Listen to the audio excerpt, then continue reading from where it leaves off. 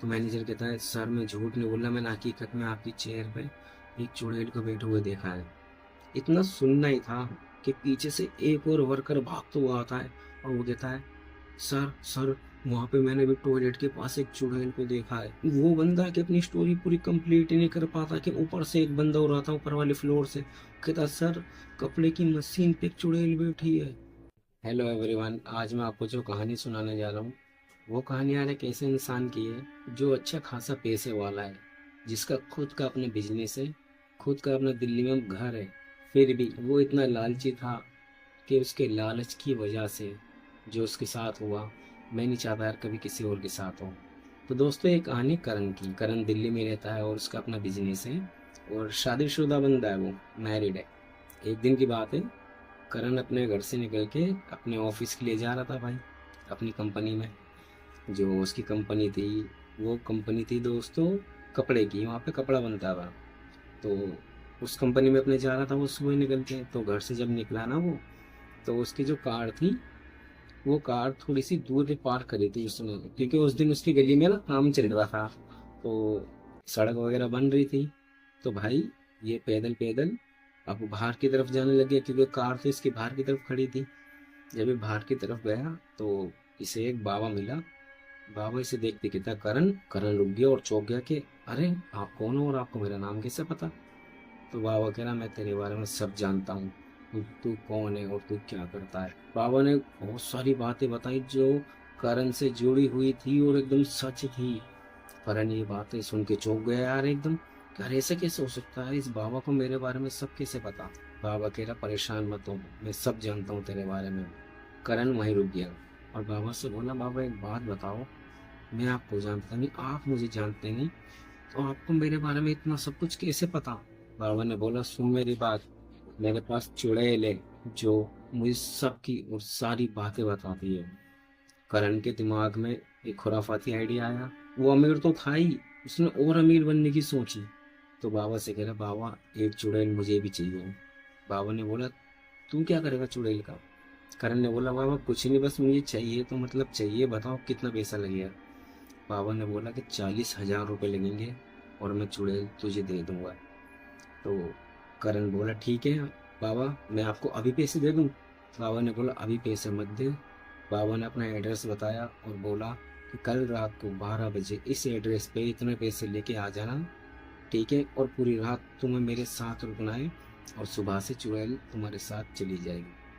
करण भाई अगले दिन 12 बजे 40,000 रुपये लेके जहाँ बाबा ने बताया था उसी जगह पे पहुँच गया। जाने के बाद करण ने बाबा को 40,000 रुपये दिए और बाबा ने अपनी क्रिया स्टार्ट करी। पूरी रात उनकी क्रिया चली और सुबह बाबा ने बोला कि करण अब तुम जा सकते हो और याद रखना आज से चुड़ैल तुम्हारे साथ है, ठीक है, अब जो तुम्हारा दिल करे वो तुम करो। और हाँ, अगर कभी भी कोई भी परेशानी हो तो तुम इसी जगह पे आ जाना, मैं तुम्हें यहीं मिलूंगा। करण ने बोला ठीक है बाबा मैं यहीं पे आ जाऊंगा। करण भाई अपने घर जाता है सुबह। तो दोस्तों वो कार से गया होता है और जब कार लेके आ रहा होता है ना अपने घर की तरफ, तो जो उसका पड़ोसी है ना उसकी कार खड़ी हुई थी साइड में। तो इससे गलती से ना उस पर थोड़ी सी ना टक्कर लग जाती है, स्क्रैच पड़ जाती है। अब उस कार का मालिक बाहर आता है। करण कहता है भाई सब गलती से हो गई है वो। तो जो उसका पड़ोसी था वो कहता भाई गलती कैसे हुई, गाड़ी एकदम साइड में खड़ी है यार, खड़ी गाड़ी में मार दी तुमने यार। तो करण कहता है सॉरी भाई। तो जो गाड़ी का मालिक था वो कहता है सॉरी किस बात की यार, बताओ गाड़ी पे स्क्रैच आ रही है मैं क्या करूं। इन दोनों की बहस चल रही होती है कि अचानक कोई उस गाड़ी को जिस पे स्क्रैच मारी थी करण ने, उसे कोई उठा के नीचे फेंकता बहुत तेज। करण जब ये देखता और उसका गाड़ी का मालिक देखता तो वो चौंक जाते हैं दोनों। गाड़ी का मालिक तो घर में भाग जाता है। करण समझ जाता है हो ना हो ये उसी चुड़ैल ने करा जिसे मैं अभी अपने साथ लेकर आया हूँ। करण अपने घर जाता है, नाश्ता वगैरह करता है और सो जाता है। फिर वो शाम के टाइम उठता है और उठने के बाद वो टहलने के लिए घर से बाहर जाता है और बाहर घूमते घूमते ना वो एक पार्क में चला जाता है। पार्क में काफ़ी सारे लोग होते हैं। तो दोस्तों वहाँ पर ना काफ़ी सारे लड़के भी थे और लड़कियां भी थी। तो करण उन्हीं के बीच में ना जॉगिंग करने लग गया, क्योंकि उसका शरीर टूटा टूटा सा हो रहा था, क्योंकि वो कल पूरी रात जागा था। करण जॉगिंग कर रहा था। जॉगिंग करते में करण के पीछे ना दोस्तों 3-4 कुत्ते पड़ जाते हैं। और वो करण को बहुत तेज तेज भौंकने लग जाता है। करण किसी न किसी तरीके से उनसे पीछे छुड़ाता है। करण ये सोचता है कि यार मैं पहले भी काफी बार आया हूँ, लेकिन ये कुत्ते कभी नहीं भौंके, आज मेरे पीछे क्यों पड़ गए, ये मेरे ऊपर क्यों भौंक रहे हैं। करण समझ जाता है हो ना हो ये उसी चुड़ैल को देख के भौंक रहे हैं, क्योंकि वो मेरे साथ है। उसके बाद भाई करण ना अपने घर आ जाता है और खाना वगैरह खाता है और सो जाता है। अब सोने के बाद करण तो सो जाता है, लेकिन जैसे ही रात के 12 बजते हैं करण को ऐसा महसूस होता है कि कोई उसके सीने पे बैठा है और उसका गला दबा रहा है। करण जब अपनी आंखें खोलता है तो दोस्तों वो क्या देखता है, एक चुड़ैल उसके सीने पे बैठी है, उसके मुंह से खून निकल रहा है और उसकी आंखों में आंखें नहीं है, खाली गड्ढे हैं, और वो इसका गला दबा रही है। करण इतनी जोर से चीखता है कि वो चुड़ैल वहां से गायब हो जाती है और करण की वाइफ बोल जाती है और वो कहती है कि क्या हो गया, क्यों चिल्ला रहे हो। करण कहता कुछ नहीं कुछ नहीं। उस रात करण नहीं सो पाता। अगले दिन सुबह करण अपने ऑफिस के लिए निकलता है और अपने ऑफिस जाता है। तो उसका कपड़े का काम था भाई, तो सारे वर्कर काम कर रहे होते हैं। तो करण अपने कैबिन में बैठा होता है। फिर कैबिन से वो अचानक कहीं चले जाता है, तो मैनेजर को ना काम पड़ता है करण से कुछ पूछना होगा। तो करण तो कैबिन में होता नहीं है, क्योंकि वो कहीं गया था, बाहर निकल जाता है, वो कंपनी में घूम रहा होता है या कुछ भी इधर उधर हो जाता है। तो करण का जो मैनेजर था ना वो कैबिन में जाता है करण से मिलने। जब वो कैबिन में एंट्री मारता है तो दोस्तों मैनेजर क्या देखता है, करण की चेयर पे करण नहीं एक चुड़ैल बैठी है, जो बहुत ही गुस्से में मैनेजर को घूर के देख रही है। दोस्तों मैनेजर ने जब ये देखा वो चीख मार तो वो वहां से भागता है। जब वो चीखता है तो सारे लोग इकट्ठे हो जाते हैं, क्या हो गया क्या हो गया।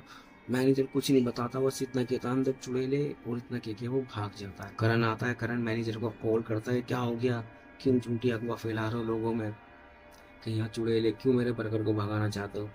तो मैनेजर कहता है सर मैं झूठ नहीं बोल रहा, मैंने हकीकत में आपकी चेयर पे एक चुड़ैल को बैठे हुए देखा है।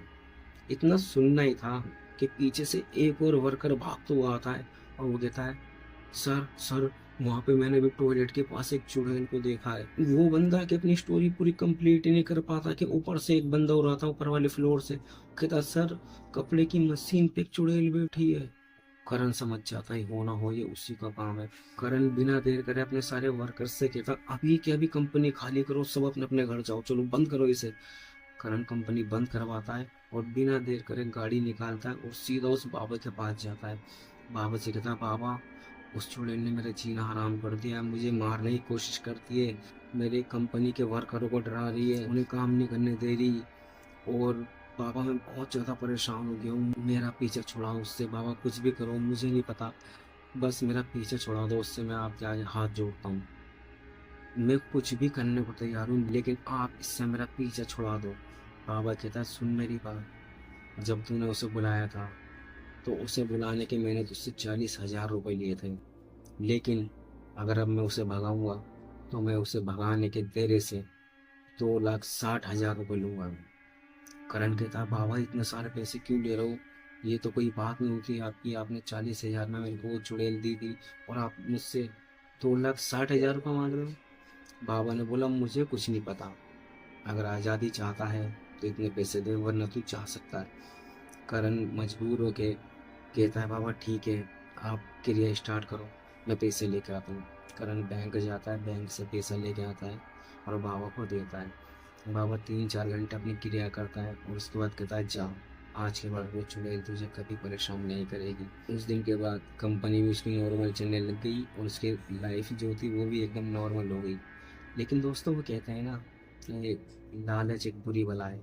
करण वैसे इतना अमीर था लेकिन उसे और अमीर बनने की चाह थी।